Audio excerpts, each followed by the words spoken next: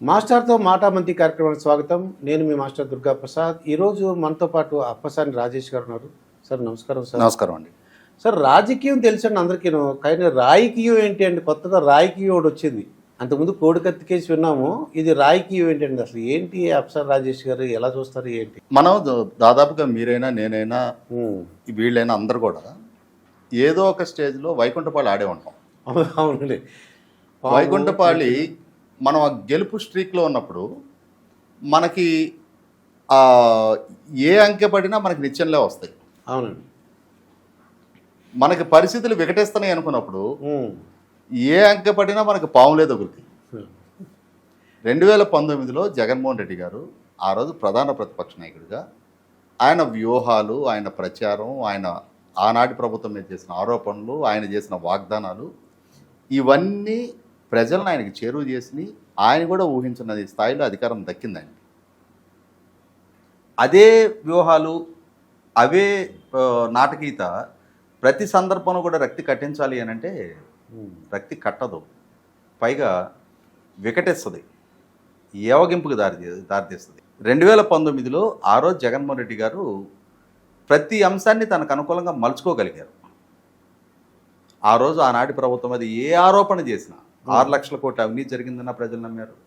అది అమరావతి కాదు, భ్రమరావతి కాదు కమరావతి అన్న ప్రజలు నమ్మారు. పట్టిసీమ కాదు, అది వట్టిసీమ అన్న ప్రజలు నమ్మారు. పోలవరం సవరించిన అంచనాల్లో 25,000 కోట్ల రూపాయల అవినీతి జరిగిందన్న ప్రజలు నమ్మారు. 37 సీఎల్ని డిఎస్పీలుగా ప్రమోట్ చేస్తే అందులో 33 కమ్మ సామాజిక వర్గం వాళ్ళు ఏంటంటే నమ్మారు. అంటే జగన్మోహన్ రెడ్డి గారు సక్సెస్ఫుల్గా ప్రజల్ని నమ్మించగలిగారు. ఒక రకంగా కోట్ల మంది ప్రజల్ని తనకు అనుకూలంగా హిప్నటైజ్ చేసేసుకున్నారు ఆయన. ఆయన ఏది చెబితే అది టేక్ ఇట్ గ్రాంటెడ్గా ప్రజలు నమ్మారు ఆ రోజున. ఇవాళ ఆయన పాలకుడు, 5 సంవత్సరాలు ఆయన పరిపాలన తీరు మీద ఎన్నికలు జరుగుతాయి. ఇప్పుడు కూడా ఆనాడు ప్రతిపక్ష నాయకుడి పాత్రే పోషిస్తాను, ఆ రోజులాగానే ఇప్పుడు కూడా స్ట్రాటజీస్ ద్వారా నేను ఎన్నికలు నెగ్గుతానంటే ప్రజలు వీటిని పరిగణలోకి తీసుకోరు. కాబట్టి ఈ మధ్యకాలంలో ఏ అంశం చూసినా కూడా జగన్మోహన్ రెడ్డి గారికి వికటిస్తున్న తీరు కనిపిస్తుంది. ఎందుకంటే ఈ మధ్య మనం గమనించాం, పెన్షన్ల పంపిణీ, వాలంటీర్లు, ఆ వాలంటీర్ల చేత రాజీనామా చేయించాలని చెప్పనే వ్యూహం, తద్వారా ప్రతిపక్షాల మీద ఏదో ఒత్తిడి తేగలుగుతాను అని చెప్పి నేను అనుకున్నాను. కానీ ఎప్పుడైతే చంద్రబాబు నాయుడు గారు ఉగాది సందర్భంగా వాలంటీర్ వ్యవస్థను మేము రద్దు చేయడం లేదు, పైగా ఇప్పుడు ఇస్తున్న 5,000 గౌరవ వేతనాన్ని మేము 10,000 చేస్తామని చెప్పి ఒక ప్రకటన చేశారు. మొత్తం వాలంటీర్ వ్యవస్థని ఉలికిపడేట్టు చేసింది. ఎందుకు మనం రాజీనామా చేయాలి? 5 సంవత్సరాలు జగన్మోహన్ రెడ్డి గారికి సేవ చేస్తే 750 రూపాయలు పెంచాడు ఆయన. ఈయనకి అధికారం వస్తే ఒకేసారి 10,000 చేస్తానంటున్నాడు, పైగా మన వ్యవస్థను రద్దు చేయను అంటున్నాడు. వీళ్ళు ఎన్నికలలో మనం వాడుకోవడానికి మనం రాజీనామా చేయమంటున్నారు. ఆయన మీరు రాజీనామా చేయొద్దు, మీ వ్యవస్థను నేను కాపాడుతా, మీకు గ్యారంటీ ఇస్తానని చెప్తున్నాడు. పైగా మనలో క్వాలిఫైడ్ పీపుల్ ఉంటే వాళ్ళకి స్కిల్ డెవలప్మెంట్ చేసి బెటర్ కెరీర్ ఇస్తానంటున్నాడు అని చెప్పని ఒక ఆలోచన ఆ వాలంటీర్లో కలిగింది. ఆ కలిగిన పర్యవసానం నా సైన్యం అని చెప్పని భావించిన జగన్మోహన్ రెడ్డి గారికి ఆ సైన్యమే వాళ్ళ జగన్మోహన్ రెడ్డి గారి నుంచి దూరం జరుగుతూ ఉంది. సేమ్ అదే పరిస్థితి వాళ్ళ ఈ రాయి వ్యవహారంలో కూడా. దీని ద్వారా ఇప్పుడు జరిగింది ఒక దురదృష్టకర సంఘటన. ముఖ్యమంత్రి గారి మీద ఒక అటెంప్ట్ జరగటం అనేది అది ఏ స్థాయిలో ఆయనకి గాయపరిచిన, ఆయనకి ప్రమాదకరమైన పరిస్థితులు ఏ స్థాయిది దాపురించినా కూడా 100కి 100 పాళ్ళు అది ఆక్షేపణీయం, అందరూ ఖండించదగింది, శోచనీయం. కాకపోతే ఇప్పుడు దీనికి ఎవరు బాధ్యులు? ఇప్పుడు అక్కడ ఉన్న ఆఫీసర్లు బాధ్యులు. ఇప్పుడు మొట్టమొదటగా ముఖ్యమంత్రి గారే బాధ్యులు. ఎందుకంటున్నానంటే వివేకానంద రెడ్డి గారి హత్య జరిగిన రోజు చంద్రబాబు నాయుడు గారు ముఖ్యమంత్రి. విశాఖపట్నం ఎయిర్పోర్ట్లో జగన్మోహన్ రెడ్డి గారి మీద కోడికత్తి అటెంప్ట్ జరిగిన నాడు చంద్రబాబు నాయుడు గారు ముఖ్యమంత్రి. ఆ రోజు జగన్మోహన్ రెడ్డి గారు ఏమన్నారు? ముఖ్యమంత్రిగా చంద్రబాబు నాయుడు గారి బాధ్యత అన్నారు. ఇవాళ ముఖ్యమంత్రి ఎవరు? జగన్మోహన్ రెడ్డి గారు. తనకు తాను రక్షణ కల్పించుకోలేని ఆయన రాష్ట్రానికి ప్రజలకి రక్షణ కల్పిస్తారు ఆయన. ఇవాళ ఎస్పీజీ పేరట 400 మంది సిబ్బందితోటి ఒక రక్షణ వ్యవస్థను ఆయన ఏర్పాటు చేసుకున్నాడు. జగన్మోహన్ రెడ్డి గారే స్వయంగా మేమంతా సిద్ధం సభల్లో ఆయన ప్రసంగిస్తున్న డయాస్కి ఎక్స్టెన్షన్గా ఒక ర్యాంపును ఏర్పాటు చేసి ఆ ర్యాంపు ద్వారా ప్రజల్లోకి వెళ్ళటం అనేది ఒక కార్యక్రమాన్ని పెట్టుకున్న తర్వాత 3 సభల్లో చూసాం మనం. ఆయన ప్రసంగం పూర్తయిపోయిన తర్వాత సాయంత్రం 6 గంటలైంది. చీకట పడుతుంది కాబట్టి నా భద్రతని పర్యవేక్షించే అధికారులు రక్షణ దృష్ట్యా ర్యాంప్ వాక్ చేయొద్దు అంటున్నారు. నేను ర్యాంప్ ద్వారా మీ మధ్యకి రాలేకున్నా నన్ను మన్నించండి అని చెప్పని అప్పీల్ చేశారు కదా ఆయనే స్వయంగా మైక్ తీసుకొని. అవును. మరి సాయంత్రం 6 గంటలకే ర్యాంప్ వాక్ చేస్తేనే ఆయన భద్రతకు ప్రమాదం అని చెప్పని హెచ్చరించిన అధికారులు రాత్రిపూట ఓపెన్ టాప్ బస్ మీద ఈయన ఎట్లా ప్రయాణం చేయనిచ్చారు, రోడ్ షో ఎట్లా చేయనిచ్చారు? పైగా అదే అధికారులు కరెంట్ ఎట్లా తీసేశారు? అంటే అసలు కరెంట్ ఎందుకు తీసేశారు మొట్టమొదట? దానికి మొట్టమొదటి వివరణ ఇవ్వాలి.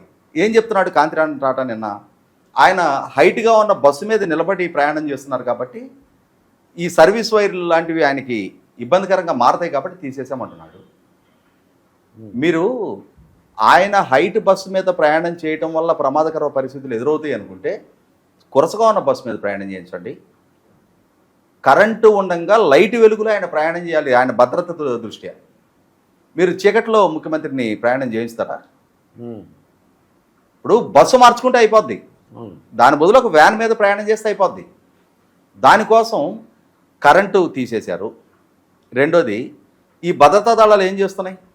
చీకట్లో ఆయన రోడ్ షో చేస్తున్న సందర్భంగా ఆయన్ని కవర్ చేయాలి కదా. బుల్లెట్ ప్రూఫ్ మ్యాట్స్ ఉంటాయి. మనం ఎన్ఎస్జీ కమాండర్ చంద్రబాబు నాయుడు గారి పక్కన ఆ బ్రీఫ్ కేస్ లాంటివి క్యారీ చేస్తూ ఉంటాం. అంగళ్ళు దగ్గర చంద్రబాబు నాయుడు గారి మీద దాడి జరుగుతున్న సందర్భంగా వాళ్ళ మ్యాట్స్ ఓపెన్ చేసి ఆయన్ని ప్రొటెక్ట్ చేశారు. అదే విధమైన రక్షణ వ్యవస్థ ఇప్పుడు జగన్మోహన్ రెడ్డి గారు కూడా ఏర్పాటు చేసుకున్నారు. అటువంటి వ్యవస్థతో సన్నద్ధంగా ఉండాలి కదా. చీకట్లో ముఖ్యమంత్రి గారు ప్రయాణం చేస్తున్న సందర్భంగా ఆయన బస్సు మీద నిలబడి, ఆయన వెల్లంపల్లి శ్రీనివాస్ బస్సు మీద నిలబడి ఉండటం ఏంటి? ఈ ఆయనకి రక్షణ కల్పించాల్సిన ఈ సిబ్బంది మోకాళ్ళ మీద కూర్చోవడం ఏంటి? అంటే వాళ్ళని మోకాళ్ళ మీద కూర్చోబెట్టింది ముఖ్యమంత్రి గారా? ఎందుకంటే ముఖ్యమంత్రి గారు కొరస, వీళ్ళు హైట్ ఉంటారు డెఫినెట్గా, ఆ కమాండోలు కాబట్టి వాళ్ళు హైట్ ఉంటారు. వాళ్ళు ముందుంటే నేను కనపడను కాబట్టి మీరు కూర్చోండి అని ఈయన కూర్చోబెట్టారా?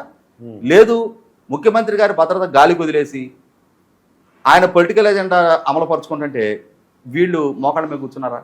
ఏదేమైనా సరే ముఖ్యమంత్రి గారిని చీకటిలో ఈ విధమైన సంఘటనలకి ప్రేరేపిస్తూ ఇన్ ద సెన్స్ అటువంటి ఆలోచన ఉన్న వాళ్ళకి ఎక్స్పోజ్ చేసింది అధికారులే కదా. అధికారులు అంటే జగన్మోహన్ రెడ్డి గారి కింద కదా పనిచేస్తుంది వాళ్ళు, కలెక్టివ్ రెస్పాన్సిబిలిటీ కదా. ఆ ఇంటెలిజెన్స్ చీఫ్ ఏం చేస్తున్నాడు, డీజీపీ ఏం చేస్తున్నాడు, విజయవాడ కమిషనర్ ఏం చేస్తున్నాడు, వీళ్ళందరినీ పర్యవేక్షించాల్సిన చీఫ్ సెక్రటరీ ఏం చేస్తున్నాడు? వీళ్ళందరూ కలెక్టివ్ ఫెయిల్యూర్ కదా. ఇటువంటి సందర్భంలో ఈ అంశంలో ఎవరైనా ఆక్షేపించాల్సి వస్తే మొట్టమొదటిగా ముఖ్యమంత్రి గారిని ఆక్షేపించాలి. బాధ్యత రాహిత్యపు పర్యటన అది. కరెంటు తీసేయడం ఏంటి? టిఎన్ శేషన్ గారు ఏం చెప్పాడు? ఆయన ఇచ్చిన ఆదేశాలు ఏంటి? ప్రజలకి అసౌకర్యం కలిగించకుండా ప్రచారం చేసుకోవాలి. నైట్ 10 o'clock తర్వాత లౌడ్ స్పీకర్లు వాడటానికి వీల్లేదు, వాల్ రైటింగ్స్ రాయడానికి వీల్లేదు, రోడ్డు కట్టంగా బ్యానర్లు కట్టడానికి వీల్లేదు. ఇవన్నీ సెషన్కి ముందు అమలు జరిగినాయే కదా. అంటే అప్పుడు ఇష్టం వచ్చినట్టు లౌడ్ స్పీకర్లు ప్రజలకి చెవులు చిల్లులు పడిపోతూ ఉండేవి. మన గోడ నిన్నగాక మనం కొత్తగా పెయింటింగ్ చేసుకున్న గోడ మీద కూడా నిద్రలేసి బయటకు వచ్చేటప్పటికి పొద్దున్నే ఎవడో ఒక అభ్యర్థికి ఓటేయమని చెప్పని రాసేసి ఉండేది. ఎవరు ఏం చేయలేని పరిస్థితులు ఆ రోజుల్లో. అటువంటి వాటిని అన్నింటినీ నిరోధిస్తూ టిఎన్ శేషన్ గారు ఆదేశాలు తెచ్చారు కదా. మరి ఇవాళ జగన్మోహన్ రెడ్డి గారి పర్యటన కారణంగా ప్రజలకు అసౌకర్యం కలిగేటువంటి, ఆయన ఎన్నికల ప్రచారం చేసుకోవాలి అనుకుంటే ప్రజలకు అసౌకర్యం కలిగించకుండా ప్రచారం చేసుకోవాలి. ఆయన పర్యటిస్తున్న రూట్ మొత్తం గత 20 రోజులుగా కరెంట్ ఎందుకు తీస్తున్నారు అంటే ఆయన ఎన్నికల ప్రచారానికి వస్తే అది ప్రజలకు పనిష్మెంటా? ఆయన సభలు నిర్వహించుకుంటుంటే ఆ సభలకి 1000-1200 బస్సులు తరలిస్తా, ఆ బస్సులు తరలింపు వల్ల సాధారణ ప్రయాణికులు ఎందుకు ఇబ్బందులు పడుతున్నారు, కష్టాలు పాలవుతున్నారు? ఇది ప్రజలకు అసౌకర్యం కాదా? ఒక సభ అంటే ఉపేక్షించవచ్చు, 2 అంటే సరే పోనీలమ్మని పరిగణలోకి తీసుకోవచ్చు. ఇప్పటికి ఎన్ని సభలు పెట్టిన ప్రతి సందర్భంలో ఈరోజు వెస్ట్ ఈస్ట్ గోదావరిలో 1150 బస్సులు తరలించారు. ఎంత ఇబ్బందులు పడుతున్నారు ప్రజలు? బస్సులు లేక ఎండ టైము ప్రయాణాల కోసం బయటకు వచ్చి ఆ ప్రయాణ సౌలభ్యమైన బస్సులు లేక నడి రోడ్లో నిలబడి ఎంత అవస్థలు పాలవుతున్నారు ప్రజలు. పాలకుడిగా బాధ్యత రాజ్య వ్యవహారశైలి కాదా?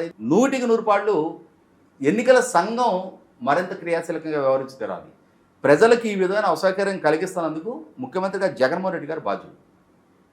ఇటువంటి పరిస్థితుల్లో ఇవాళ ఇప్పుడు మనకి మీడియాలో సర్క్యులేట్ అవుతుంది, సోషల్ మీడియాలో సర్క్యులేట్ అవుతున్నది ఏంటి?